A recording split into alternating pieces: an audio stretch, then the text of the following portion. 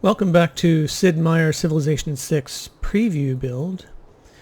We're 25 turns into our first game here.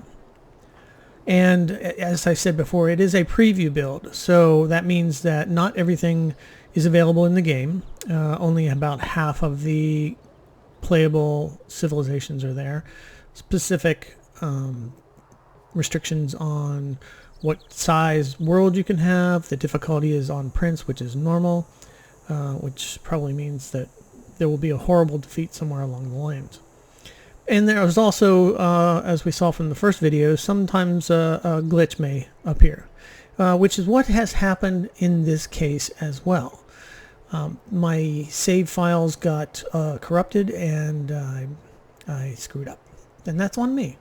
But what I did was try and get back to playing back again as Congo and get to that 25 turn.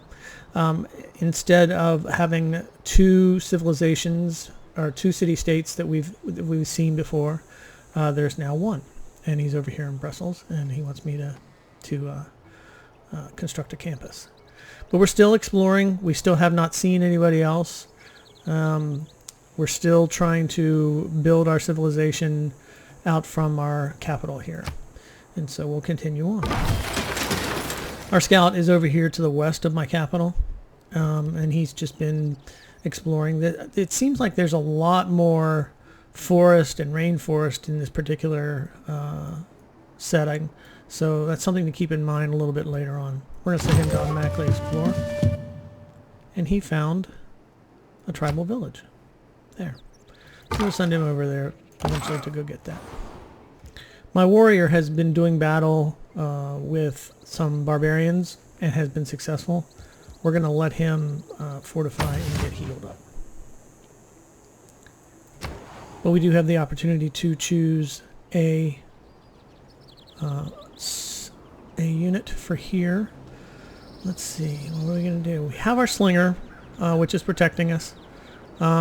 We don't have the ability for trader yet, so let's go ahead and try and work on a builder for right now.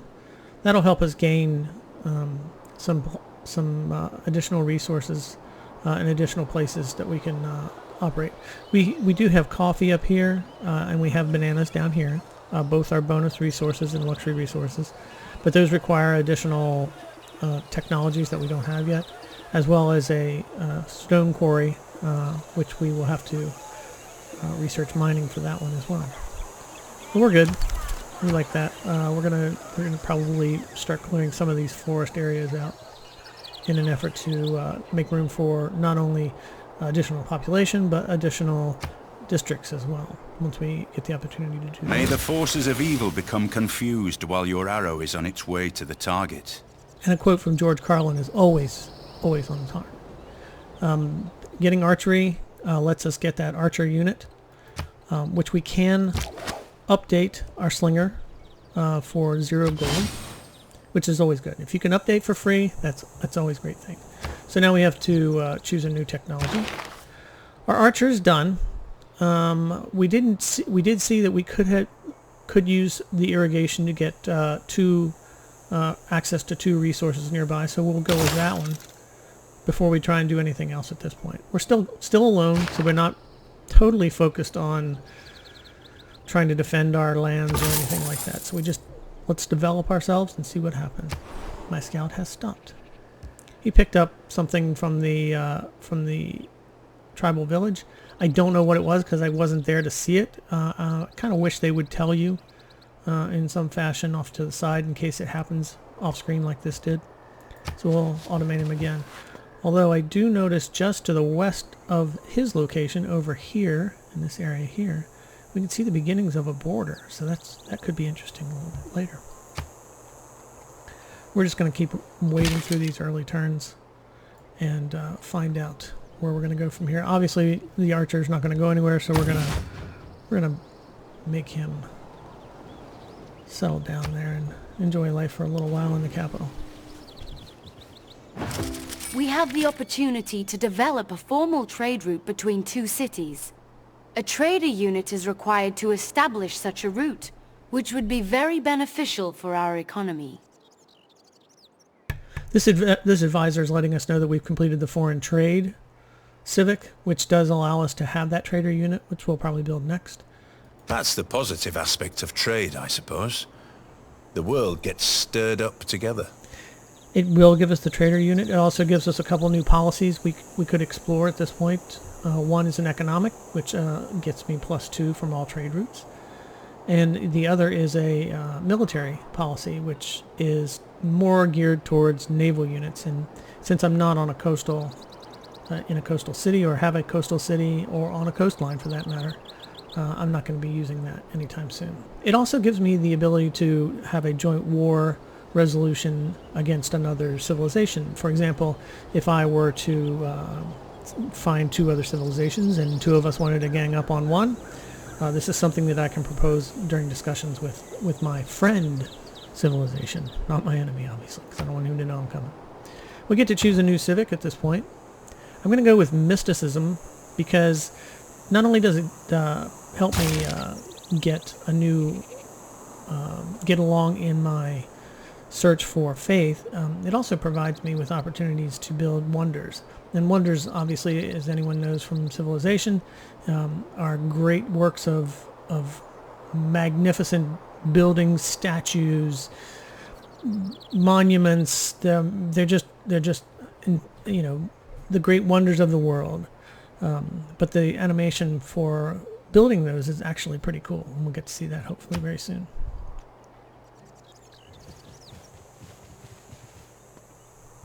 You know what? I believe, yes, that guy is in my range, so let's let him know that he's not wanted around here.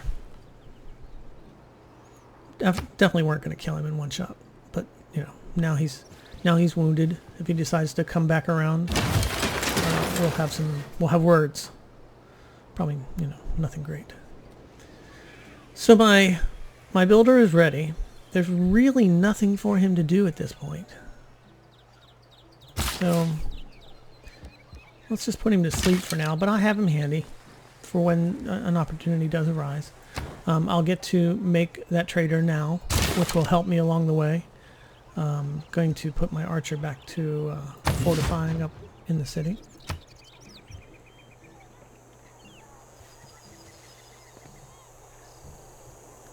And my warrior is still healing up there. First aid obviously hasn't been invented yet. Oh, friends everywhere. I worry about the happiness of our citizens. I would advise that we investigate a means of increasing their contentment. And happiness now is measured through what's known as amenities. So I'm going to go check this out here in my capital, and I can see down in the bottom right hand side that my amenities are at -1.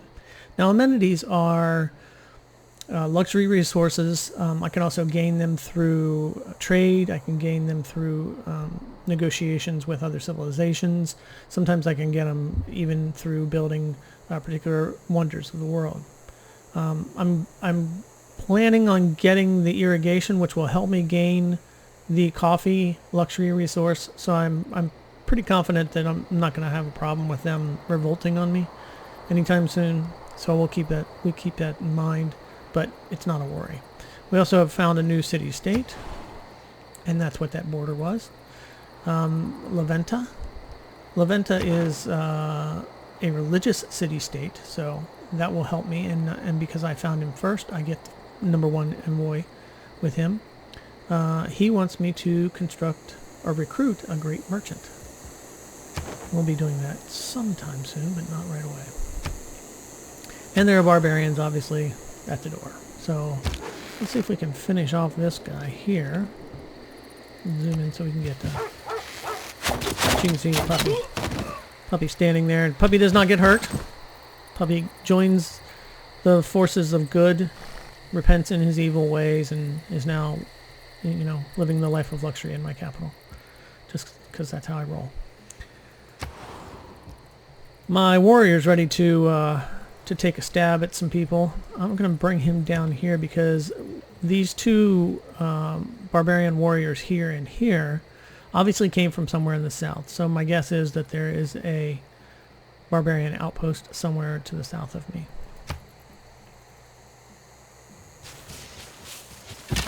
Come closer, said the spider to the fly.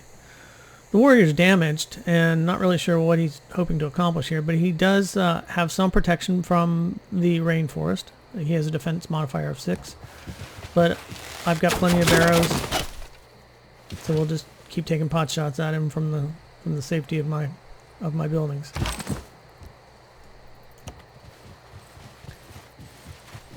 Keep bringing that warrior down. Oh, an attack from below. Who was that? That was Leventa. I like to say I practice militant mysticism. I'm absolutely sure of some things that I don't quite know.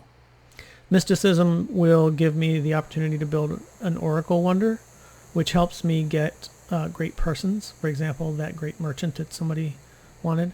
It also gives me 2 policies, one towards a great scientist, additional point to a great scientist, and one towards a great prophet. Both of those could come in handy a little bit later on.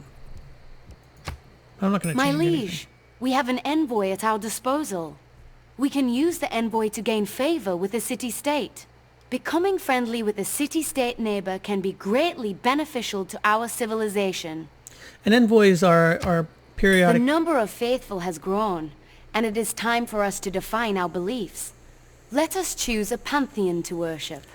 As I was saying, envoys are generated throughout the game. You generate influence points, which lead to envoys, and they are bonuses, or help you get bonuses with the city-states. Now, the faith, as we had hoped, gets us to choose a pantheon, so we'll take a look at that in a little bit. Right now, we're going to choose our next civic. Open up the civic tree, see what's available to us. In the very near future, it looks like I really like to have the opportunity to get to these 3 governments here: autocracy, classic republic, and oligarchy.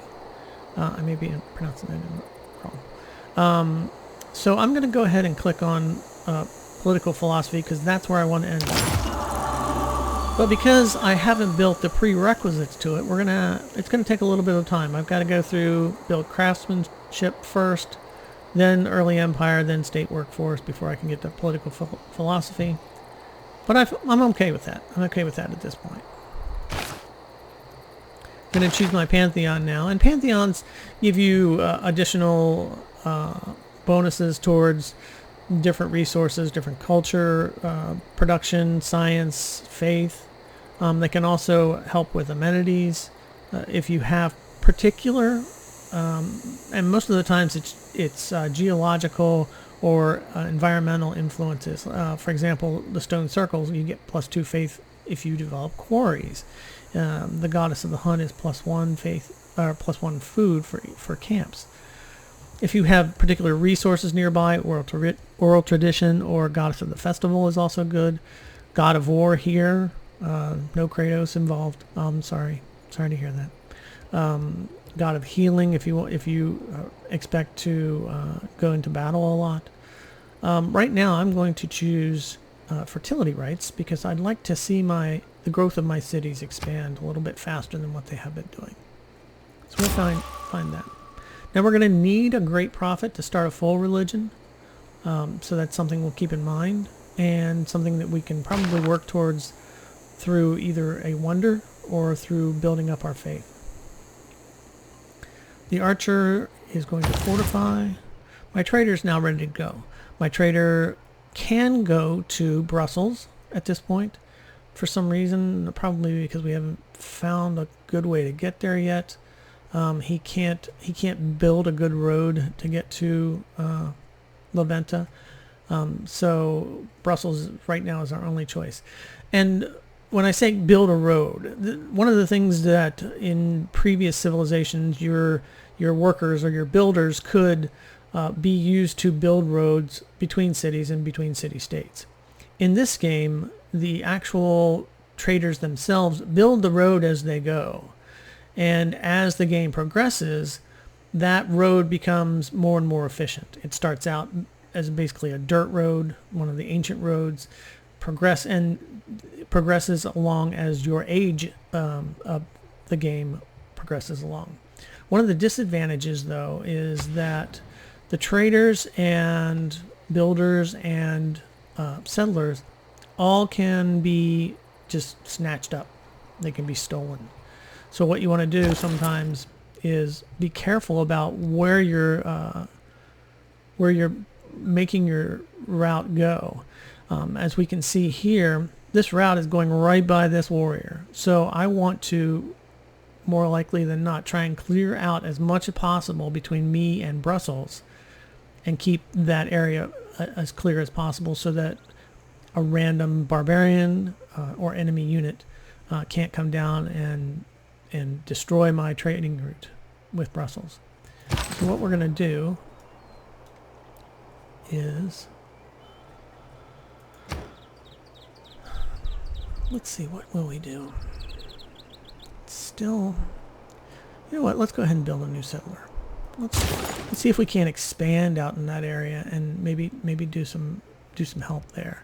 We're going to skip our turn with our trader until I can take care of this warrior here, because I do not want to just send this guy out alone without any kind of backup. So I have an envoy that I can spend. Now the question is, do I want to spend him on Brussels, which will give me more production, or do I want to spend it towards Leventa, which will give me more faith? I really want to get that great profit, so at this point we're going to go with Leventa. At 3, 1, 3, and 6 envoys, you get another level of bonuses earned from here.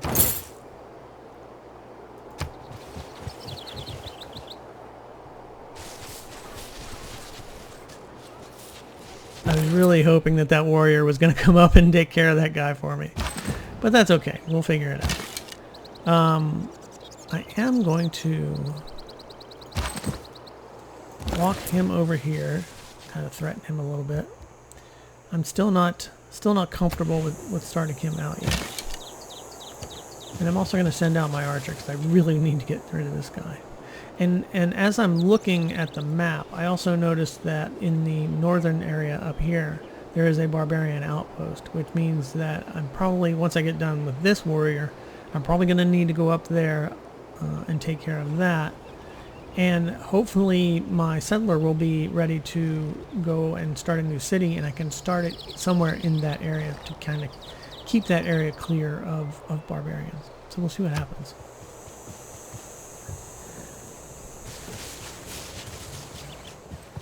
The man who has grit enough to bring about the afforestation or the irrigation of a country is not less worthy of honor than its conqueror. So my irrigation is done now. That opens up the Hanging Garden, which must be, a lot of the wonders have restrictions on where you can put them. Near a river, must be near a mountain, can only be on plains, stuff like that, in a holy city or holy area. The Hanging Gardens must be near a river, and I'm well acquainted for that. And I also get the plantation improvement, which is going to help me again get those additional resources. Not only that, if there weren't resources to be had, I still am going to get bonuses for gold, housing, food, and things along those lines. So this will give my builder something to do.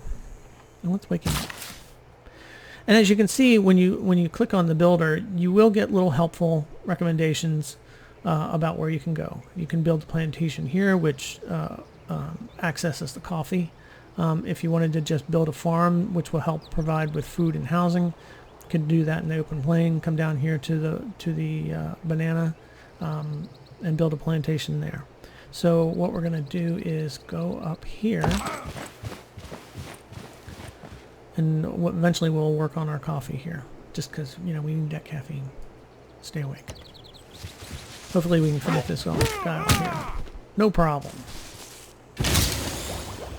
And by fighting barbarians and defeating as many as I have, it helps boost my knowledge towards bronze working, which will come in handy when I want to build stronger military units.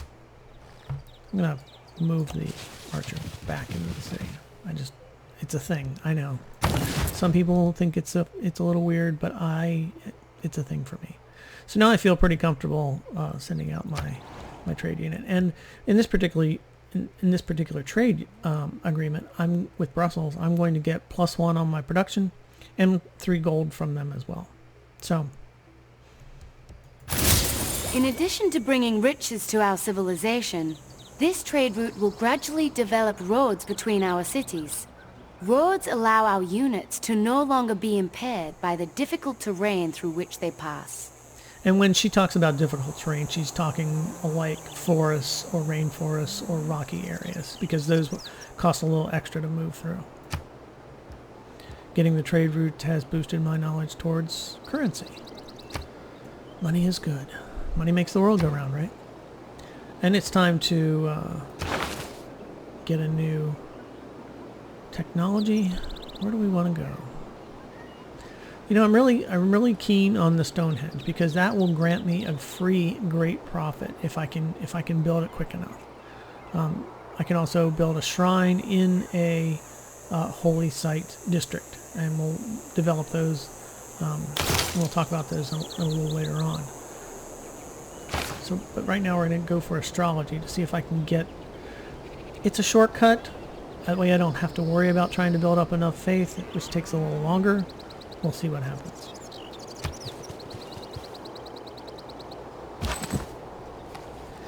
Now, as I said before, I do want to come up here and check out this barbarian outpost to make sure they're not going to be a threat to my trade route. So we'll move him in about the same area where I think the trade route's going to go.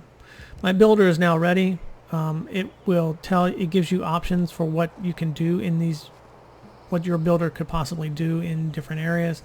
But if there's something recommended in that area, it will put that at the top for easy access. And he's building a plantation. Now, unlike the workers from the past, builders can only be used 3 times. There are ways to increase that as the game goes on, but initially the builders can only be used 3 times. But what happens in that trade-off of not being able to use a builder over and over and over again to build whatever they build is instantly built. So that plantation is done. I don't have to wait 5 turns for it, or I don't have to wait 3 turns for it. It's done. So in a tight city situation like I have right now, in theory, I could get 3 improvements done in 3 turns. And I'm still trying to wrap my brain around whether that's an advantage or a disadvantage, or is it just basically a trade-off. Unlike the past where you could automate a worker and he would go out and do the best thing that he thought was possible. These guys can't be automated. You have to actually direct them on where to go and what to build.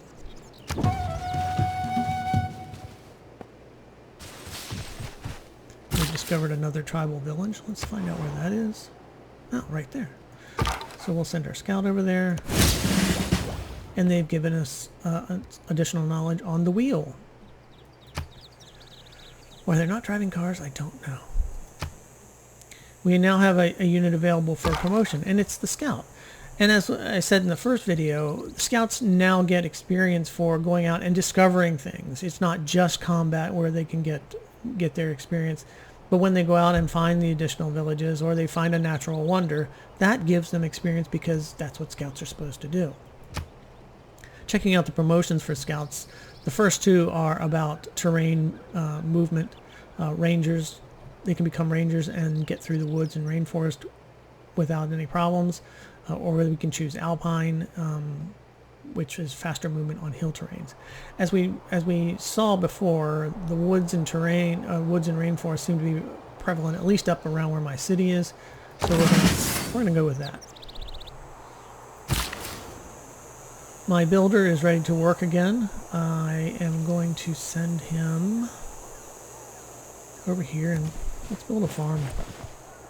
Again, I move. I can still do this in 1 turn and the farm is built. But I lose 1 more chance to use that builder at this time, so I now have 1 left. The warrior is not running into any problems at this point, so I'll kind of walk him up this way to see. And there's that outpost. Kind of just sitting there at this point. I'm hoping there's nobody lurking about. Maybe Brussels already took care of the lurkers. But I need to make sure that that guy's not going to be a problem later on. My scout's ready to advance again. Let's go ahead and automate him. See if he can find any more tribal villages. My builder is ready to work for a final time.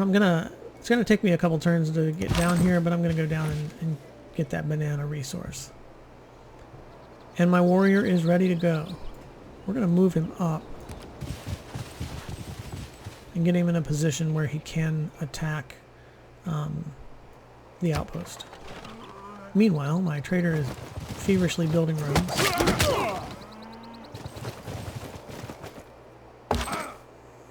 The barbarian went for first strike capability, which bully for them. So at this point, I could attack again. It says I would have a decisive victory. I have, the warrior obviously is not as strong as a spearman. However, the spearman is damaged and I am damaged as well. I have +5 to my advantage on barbarian because of my my policy. This warrior is also experienced. He gained +7 strength versus melee and ranged units, and warriors have it +10 combat versus anti-cavalry units. So let's go ahead and see if we can finish him off here.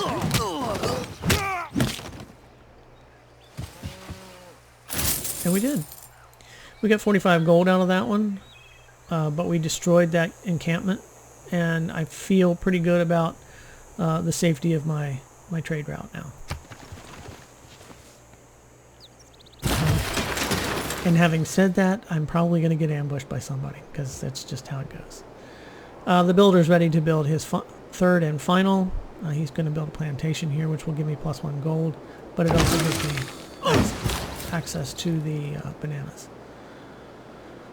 And by developing 3 tiles, I also have gotten a boost in craftsmanship.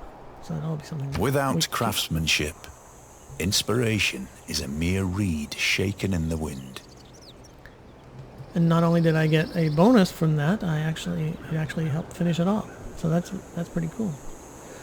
Again, I have 2 policies. One's an economic, which gives me additional production towards the builders, and the other is it's a military policy towards ancient and classic military units. I'm not going to change any of those at this point. And my settler is ready to go. Now, with the settler, as you can see, the map has changed colors. And down in the lower right-hand side, there's what's called a water availability guide. And that guide actually helps you kind of direct where you want that new city to be built. You obviously want it to be built in a place where there is good access to water. Not only does that make it just a more healthy city, it also boosts your ability for housing, for population, and generally there's a lot of resources around areas that have quite a bit of water. It also lets you know that you can't build close to, for example, I couldn't build close to Brussels, but I see from the map that it is telling me that there are 3 locations up here where it might be good for me to build a new city. I like the idea of trying to get close to water with at least one of my cities so that I have some options at least for a naval force. So we're gonna go here. It's a little bit closer to water. I get the +1 to housing from that location, and I'm in a good position here because I see there's rice, there's incense, horses are nearby, which will be helpful. There's some crabs and fish out there in the water, which once I get sailing done, I'll be able to get to those as well, which act as food and help me grow my cities. So my warrior has done his deed, but he's damaged, so we're gonna rest up a little bit, and I'd have the opportunity to build another unit. Now they're recommending another settler, which is interesting, but I'm not going to do the settler. I want to get that wonder. I want to get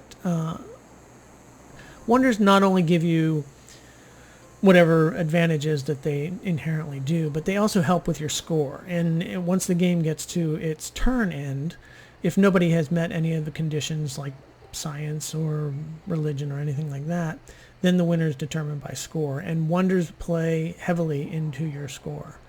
So I'm going to go ahead and build this hanging garden.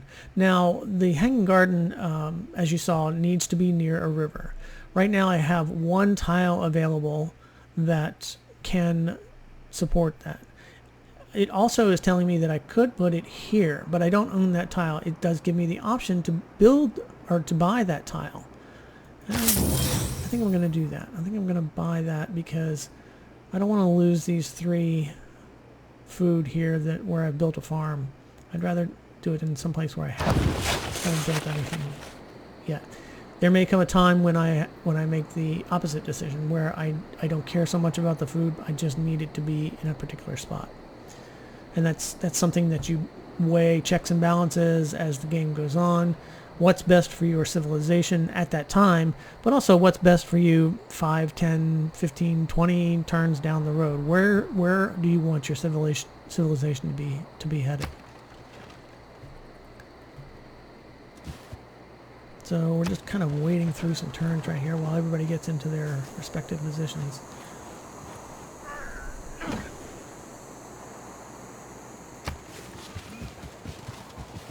I now realize that I left my settler out there all alone, and I'm praying that there's not a sneaky barbarian or something out there somewhere. No, but there's sneaky barbarians down here apparently. That slinger just damaged my my scout. Let's see. I could attack with my scout. You know what? Why not? Puppy power, you know? That didn't turn out as well as I'd hoped it had, but so we may end up taking flight after that.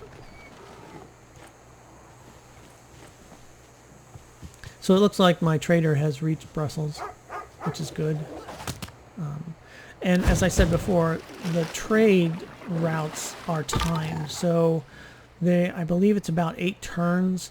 That trade route will be alive in 8 turns, and then at the end of 8 turns, it will give you the opportunity to change the trade route, find something else that you like to do with it, in addition to build a new road to a different city if you want to do that as well. I'm going to wake up my archer and see if he can finish off this barbarian scout, and he can. And with that opening, I'm going to move my scout up here to give him an opportunity to basically heal, because he's, as you can see from the very tiny sliver of a red bar next to his icon, he's in a world of hurt. My warrior's ready to go, and I didn't see down here where the barbarians were coming from. They got to be coming from somewhere down there. So we're gonna go back to our original plan and head down in that direction. So my settler has gotten to the area where we had sent him. It still looks like a pretty good place to land. So we're gonna go ahead and found the city there. And by establishing a new city, it gives me a boost towards early Empire civic. And because I'm on the coast, it also gives me a boost towards the knowledge of sailing, which will be helpful when we want to try and figure out how to, navigate the waters. I'm going to build an archer here, just because as I've said before, I get nervous when I don't have an actual military unit in that city. I could choose to move this archer up and would probably be faster, but I'm in no rush at this point. I don't need to get hyper about my production or anything like that. I feel pretty comfortable where I am at this point. We have recently gained advanced knowledge in city planning.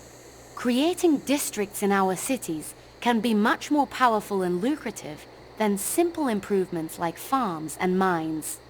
And then going to find that we're probably going to be building our first district area. I don't believe in astrology. I'm a Sagittarius, and we're skeptical. It's kind of funny. Stonehenge, which is something that we really wanted to have for the free profit, and Shrine, which requires to be built in a holy site district, so we'll have that opportunity to do as well. That slinger is trying to track me down, so let's see if we can sucker him into archer range before taking a nap. In the meantime, we'll fortify that archer. We get to choose our next technology. The choices are difficult. Do I want to go for sailing right away? Do I want to go for something else? I'm going to go for something else. I'm going to go for bronze working because I know that city is not ready to build any kind of sailboats or anything like that. So I'm fairly confident that by the time I get bronze working done, which has already been boosted because I've killed 3 barbarians, it will help me develop iron. It gives me access to a spearman unit. I can start with the encampment district, which also is great for building military, and a military building. The barracks will also be available to me. So let's go with bronze working. I can see that I did not meet a prerequisite, which is mining. That's okay. Mining's only going to take me about 4 turns. Bronze working another 6. 10 turns is still shorter than anything else that's on the board other than meal. But I would have needed mining for that as well. So we're going to go with bronze working.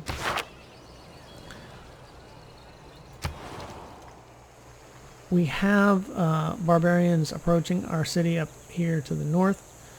I have no way of doing anything with them other than, waving at them, I guess. And I knew it. I knew it. Barbarians got my trader unit. I don't know where they came from. I'm not really happy about it. But it's one of those things where I'm going to have to figure that out. And unless it was somewhere closer here. But as you can see, there's now a road. It looks like a dirt road between my capital and Brussels, which is something that the trade route itself built along the way. But I don't have that trade route anymore, so I'll have to build a new trader and develop a better system of trying to protect them, apparently.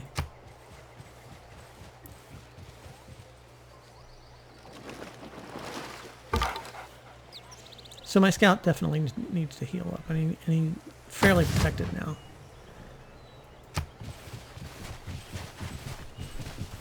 I'm half tempted to have my unit make a turn and just keep walking down the road to see what he sees.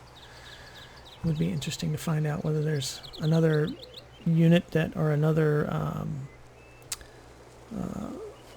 building or another barbarian outpost has cropped up somewhere along the way. Or do I go down here to the south and figure that out? Maybe that's where they're coming from. We're at turn 50 right now, so we're going to take a break and kind of evaluate our options. As you can see from where we are in the map, quite a lot of area that we've at least explored at one time down here to the south. We'll have to explore that a little bit more, but something is happening up in this northeast area between Brussels and my cities. That's disturbing and alarming.